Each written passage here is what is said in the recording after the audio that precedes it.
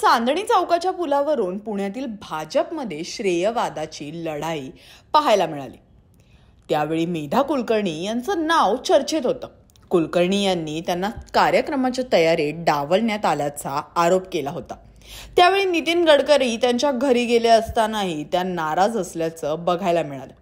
भाजप प्रदेशाध्यक्ष चंद्रशेखर बावनकुळे यांनी सामंजस्यपणाने काम करण्याचा सल्ला सगळ्या भाजपच्या नेत्यांना दिला होता, पण मेधा कुलकर्णींच्या नावाची चर्चा होतच राहिली।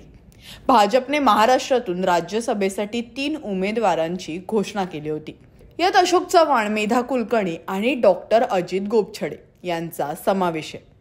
मेधा कुलकर्णी यांच्या नावाची चर्चा गेल्या काही दिवसांपासून रंगत होती आणि आता त्यांना भाजपकडून राज्यसभेची उमेदवारी मिळाली आहे। तर कोण आहेत या मेधा कुलकर्णी?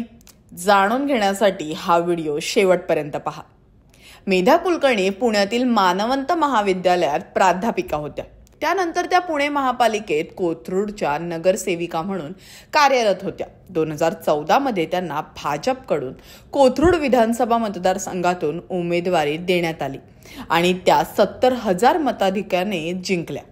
2019 मध्ये चंद्रकांत पाटील यांना विधानसभेवर निवडून आणण्यासाठी मेधा कुलकर्णी यांची उमेदवारी नाकारण्यात आली। त्यानंतर मेधा कुलकर्णी भाजपवर नाराज असल्याची चर्चा चांगलीच रंगली होती।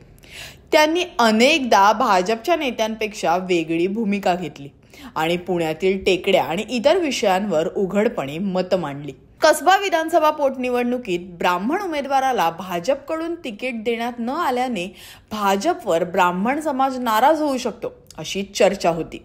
त्यामुळे मेधा कुलकर्णींना राज्यसभेची उमेदवारी दिल्याचं बोललं जात आहे। यातून आता पुन्हा एकदा विधानसभेची जागा चंद्रकांत पाटलांना मिळण्याचा मार्ग मोकळा झालाय। मेधा कुलकर्णी यांच्या राज्यसभा उमेदवारीवरून अनेक प्रश्न उपस्थित होते। भाजपवर नाराज असताना त्यांना राज्यसभेची उमेदवारी कशी मिळाली? त्यांच्या उमेदवारीमुळे भाजपमधील अंतर्गत वाद मिटतील का? ब्राह्मण समाज भाजपवर नाराज राहील का? तुम्हाला या प्रश्नांची उत्तरे मिळाली तर आम्हाला कमेंट करून नक्की कळवा। आणि हो, अजूनही तुम्ही आमच्या चॅनलला सबस्क्राईब केलं नसेल तर लगेचच करा।